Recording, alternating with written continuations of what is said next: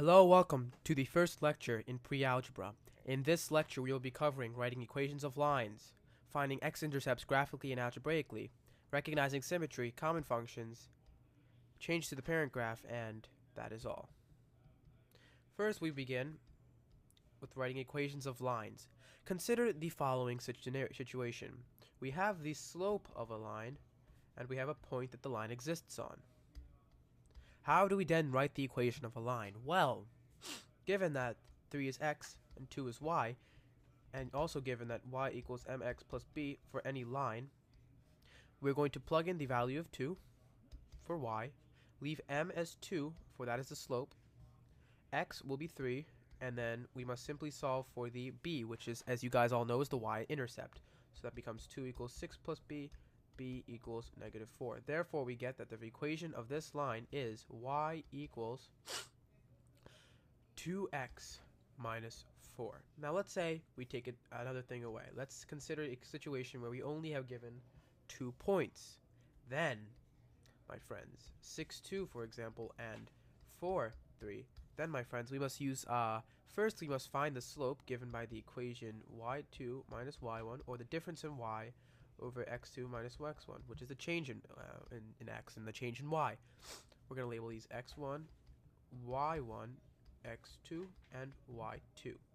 Therefore, we get that y2 is 3 minus y1, which is 2, over x2, which is 4, minus x1, which is 6, which becomes 1 over negative 2, or negative 1 half. That is our slope. Next, we must find a b, a y-intercept for our point. So what we do is y equals mx plus b. Recall that fundamental equation. Now let's put in 2 points for our a coordinate as well as the slope. We'll use this one simply for the sole fact that our numbers are a little easier to work with as they are smaller. 3 equals negative 1 half over x times x, which will be 4 because we used the 3 for y, so we must use the same coordinate, plus a b, an unknown b. Excuse me. Next, we can find that negative 2 plus b, and then b equals 5, so our equation is y equals negative 1 half x plus 5. That is how you find equations of a line. You can also determine whether points are given on a graph, points are apparent in an equation, whether something's a solution set solves an equation as such. Let's say that we have the solution,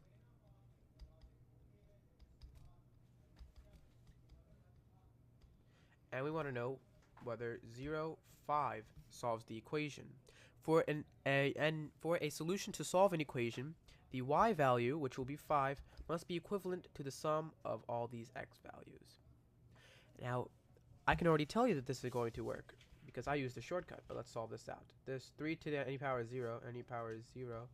We get these out, so then it becomes this matter of 5 equals 1, which, as we know, does not exist, so it is not a solution.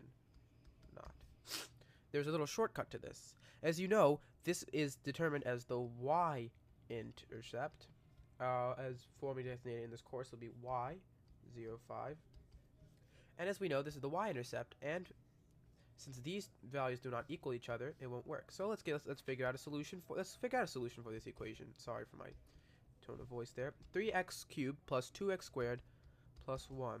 I can tell you right now that an equation that will work is 0, 1, as that is the y-intercept. To find an equation of a line, recall then that we just simply use y equals mx plus b, take in the given information, find any information we don't need to come up with an equation, and to check whether an equation fits a line, we simply just plug it in. This could easily have been done if we simply used a calculator. However, for the purpose of this tutorial, we will not be using a calculator. Now we must find x and y intercepts graphically and algebraically. Graphically, we will simply graph the equation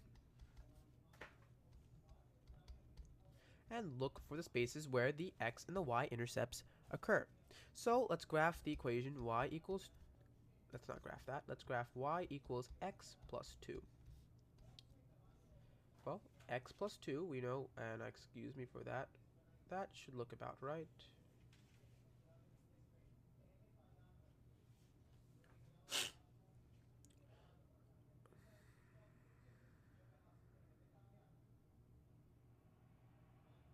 Now, to find the x-intercept, we will look on the graph.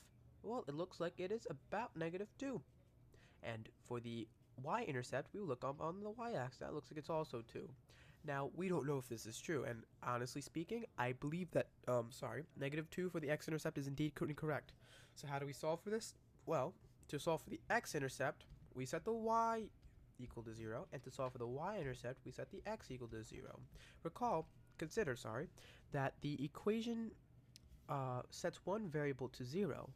So if y is equal to 0, then the solution has to be for the x-intercept, because we already know the y-intercept. And vice versa. For this equation, we must be finding the y-intercept because we already know what the value of the x-intercept is going to be. So y equals 0 then equals x plus 2.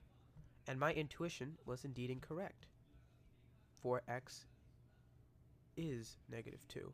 However, this is the incorrect format for our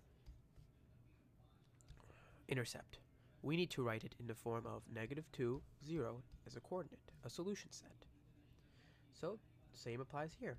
0 plus 2, y equals 2.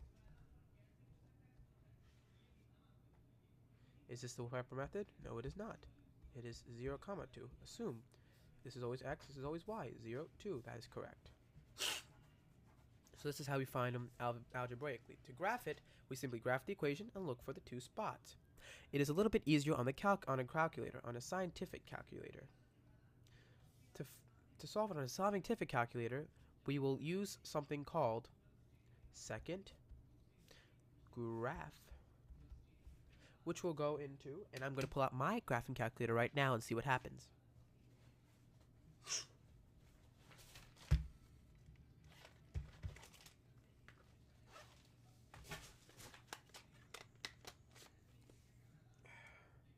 I have simply just now pulled out my graphing calculator. First step is to go into second calc. As soon as we've put in our equation, of course, let's put in our equation first, x plus 2. Now we graph that. Now we go into second and click on the graph icon. Click on the second trace icon, which will get us into calc. And from there, it's simply selecting 0, which is the second value. And then looking for the x-intercept. This only works for x-intercepts, as they are the zeros of an equation. And zeros of an equation, we will go into that, but zeros of an equation are basically defined as the x-intercepts. So to find the x-intercepts, we will simply use that. And to find them algebraically, we will set the values of x equal to x and y respectively equal to 0. Now the next topic to cover is to recognize symmetry. There are 3 types of symmetry present in a graph. There is y-axis, x-axis, and original, so around the origin. To find each of these symmetries, we will select a test point, x equals 2 and x equals -2, and this will be uniform, meaning that for all these we will use the same points, and these points offer a chance for us to explore the symmetry of an equation, as they are located, as you can tell from this graph, equally distant from the origin, and we choose x, not y, for reasons that usually the y is isolated and the x is written in definition of y. So by using the x-intercept, we save ourselves a lot of the work that we have to do. So let's solve out an equation to see what kind of symmetry it's going to have. If when we solve out x, y equals the same value both times, then we can say that it has y-axis symmetry. If for some reason one of the two values for x do not work out, meaning, in other words, that one of the x values return a negative or return an error in a domain, which means that there is an error or there is an illegal move being performed in mathematics, then we can say that it has x-axis symmetry. So I'm going to call that confused or irrational or unreal numbers. And original we'll get opposites. So let us do a sample problem. Y equals x to the fourth plus, sorry, let's do this again. Y equals x to the fourth minus x squared plus 3. And let's write this value in twice. So let's do this in two spots. X to the fourth minus x squared plus 3. And let's do this. This is when x equals 2, and this is when x equals negative 2. Let's see what happens. Well, 2 to the fourth minus 2 squared plus 3. 2 to the fourth is 16, because 2 times 2 is 4, 4 times 2 is 8, and 8 times 2 is 16, minus 4 plus 3. 12 plus 3 is 15. Let's see what occurs on this other side. Negative 2 to the fourth power is also 16, minus x minus 4 plus 3. As you can see, we've gotten the same answer, and because it's the same answer, it has y-axis symmetry. Now this will work. Let me do an example of a confused x, or rather an irrational or unreal x. And the best example I can give is x minus y squared equals 0. Let's write that twice and let's get to solving. And now for 2 and for negative 2. We choose these answers instead of using 1 because 1 can have some crazy properties that don't really give us a good view of the graph. And 2 is a small enough number so that our calculations are easy enough to be computed without much difficulty or the need of a calculator. So 2 minus y squared equals 0. Negative y squared equals negative 2. Y squared equals square root of 2. I made a mistake. Irrational is not the number. It's not the term I was looking for. A number can be irrational and still be y symmetry. Now, negative 2 minus y squared equals 0. That means negative y squared equals 2. We can already stop there, because if what happens is, suddenly, to solve this equation, we need to take the square root of a negative number, which would result in an unreal answer. An answer that doesn't make any sense. We cannot take the square root or divide by, we can't take a square root of a negative number. We cannot divide by 0. Such things are going to give us an undivided or unreal answer in mathematics. So that's an x-axis symmetry. Next, we have to look at some common functions. I'm going to list them right here.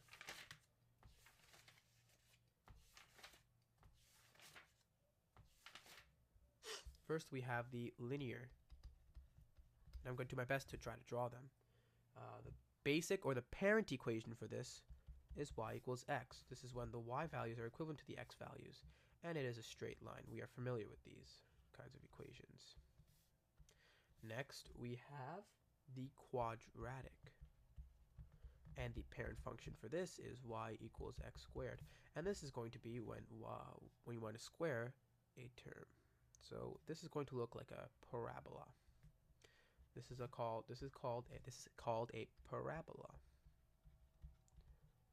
Versus this, which is simply called a line. Next, on our list is cubic. This is our parent equation when y equals x cubed. And this graph kind of curves around here and looks somewhat like that. That's actually a pretty good interpretation of this. Note that this doesn't flatten. This just gets infinitely smaller. So if I were to expand this, it's literally just going like this.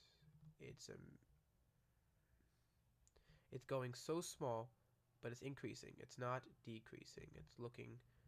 It's so small of an increase that it looks as if it's flatlining, but it's not.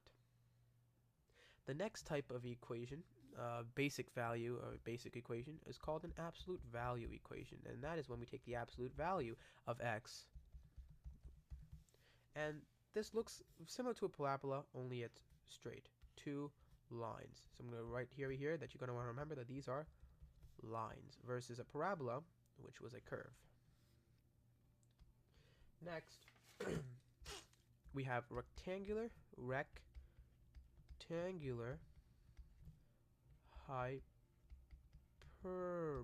hyperbola. And this is when the basic graph for that is y equals 1 over x, or y equals x to the negative first power. So this is when you want to take the negative x of this, and this will look like it's hugging the two axes. But indeed we know from a mathematical observation that these will never touch them. Now the approachings that they make as they go closer and closer to these points are known as asymptotes. So we distinguish rectangular hyperbola equations from all the other equations in the fact that they have two asymptotes, right there and right there. Also known as the horizontal asymptote, and the vertical asymptote, which we will get into in a later lecture. Next, we deal with square root equations. So, radical equations. These are also known as radicals in this, but for the purpose of this, we're just going to have y equal the square root of x.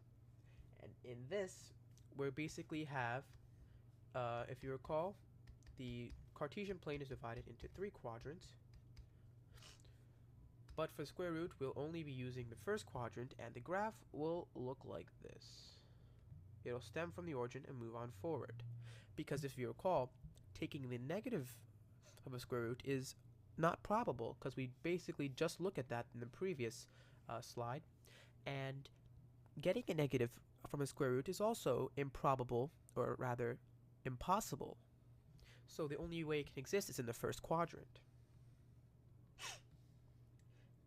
Next, we have the semicircle, which we haven't talked about the circle equation, which we'll get into, which looks like square root of 1 minus x squared. But this is the parent. However, the 1 is basically just the radius of the circle squared. That's how you find the 1. It's just any value of the radius squared, and then we subtract that from x squared.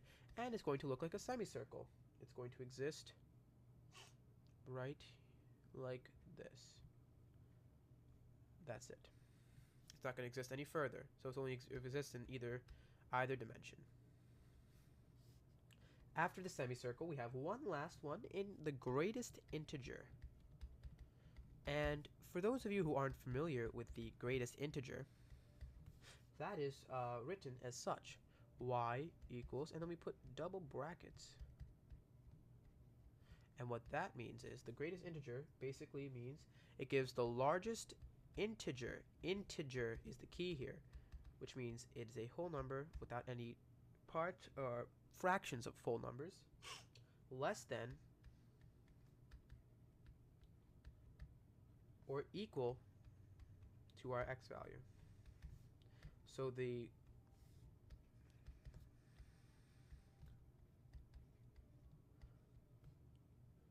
that is given to 3. 2.2 would be 2 then, and let's consider a negative answer. Well, negative 4.23. Well, a negative answer would have to be, the greatest integer returns a less than value to x, so the greatest integer is actually going to be here, negative 5. That's very interesting, isn't it? And to draw the graph of this is very peculiar graph. We have not very of a flowy graph. It increments in steps, which is to be expected, considering the fact that our graph only exists in steps. It can't exist in parts. It's only full integers. Full integers. And if you notice, I'm drawing a hole here to represent the fact that this isn't a solution to an equation. It's merely representing a start to the end. We want to exemplify, we want to over-exaggerate that, that tear, so we're going to put that in there. And now that we've looked through all these, let's take a look at their domain and their range. Domain is basically the accepted x values, and range is the accepted y values. Now, the domain and range for linear functions are real numbers. For the x, for the quadratics, the domain can be all the real numbers, and all real numbers refers to every number that is real. All domain, because if you look over here, all the values are possible. And for this standard parent thing, the range is only restricted to Well, for this is apparent one, y has to be greater than 0 because it's not going to go anywhere near here. But honestly speaking, it can really be anything.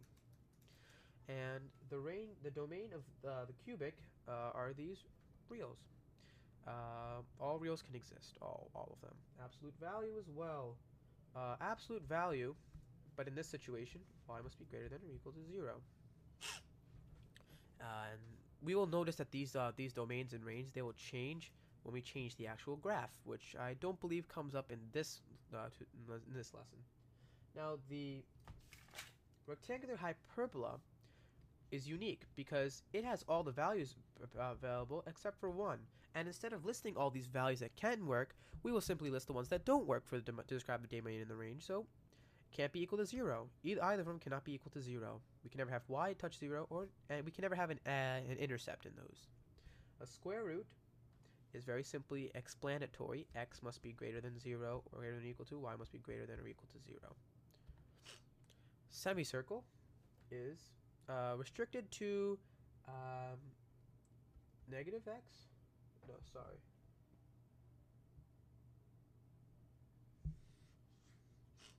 Well, we're going to worry about that a little bit later because I don't want to go into too much detail with the thing yet without looking through this circle. And the greatest integer, there's no symmetry for this one. You might want to, maybe if you want to know. We say that there's no symmetry for this one. There's an exception to that. And we're going to say that all real numbers can work, and then only integers are allowed. The next topic that we're going to discuss is changes to a parent graph.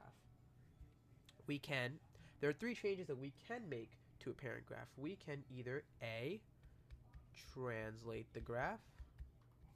We can reflect the graph. And we can dilate the graph. Now we're going to focus first on translations. And there's a simple rule for this. We're going to keep it brief. Let's say let's pick any of the parent functions. I'm going to pick x squared.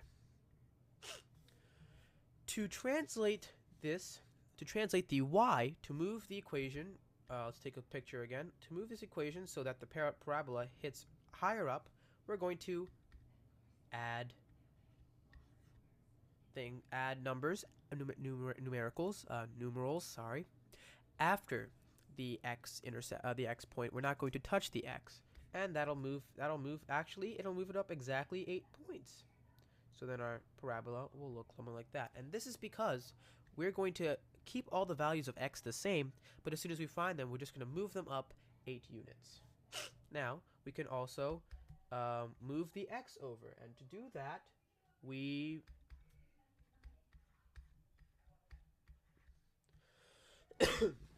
add the x value before we do anything else to it. So in this situation, we're going to add 2 before squaring it. And this does actually the opposite. Let's look at the parent graph again. I'm going to draw the parent graph again.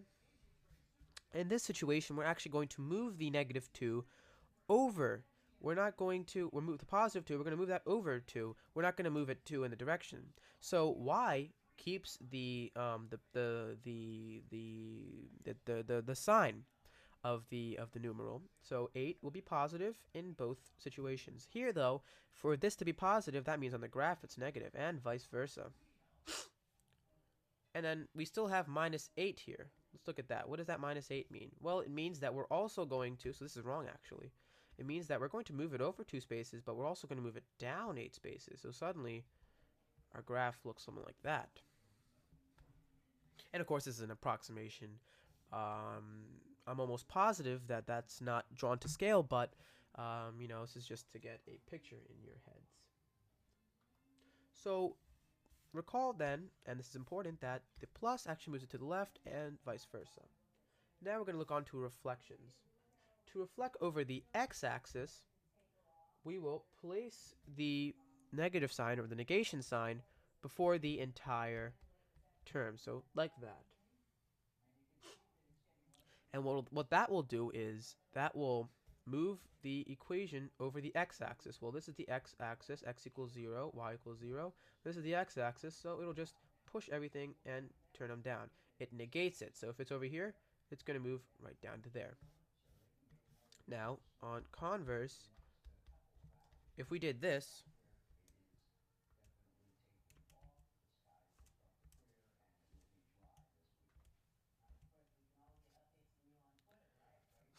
we're reflecting this now over the y-axis. Sorry, I was drawing something to pull to next my point. Now, I want you to put this into your graphing calculators. Go into y, and I want you to type parentheses, go into the y equals the graphing equation loader, and type y, and type in parentheses, negative x, close the parentheses, and type x squared. If you notice, there's no change to this. But let's say there was. Let's say I wanted to reflect it over this axis, move everything from this side onto this side. Then all would happen was the thing that was over here would just reflect over there. So it would just become this, and then vice versa. So there's really no change over here. It's very, very, very convenient. But look back to our discussions of symmetry. If you look back to our discussions of symmetry, you'll notice that we said that this equation has y-axis symmetry. So what can you deduce from that? Next, we have to focus on dilations, and dilations are one of the hardest things to get down. Now, vertical, before we begin, I want you to know that vertical always means literal, and that horizontal is opposite. And you can understand what that means in right now, actually.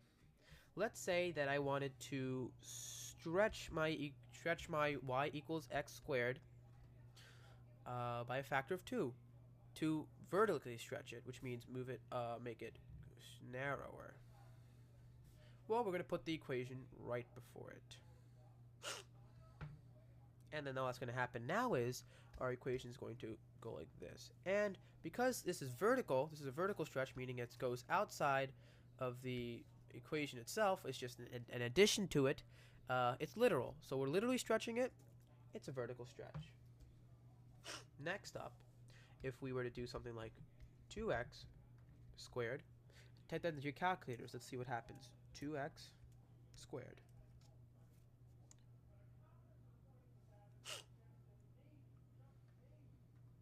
This is considered a horizontal dilation.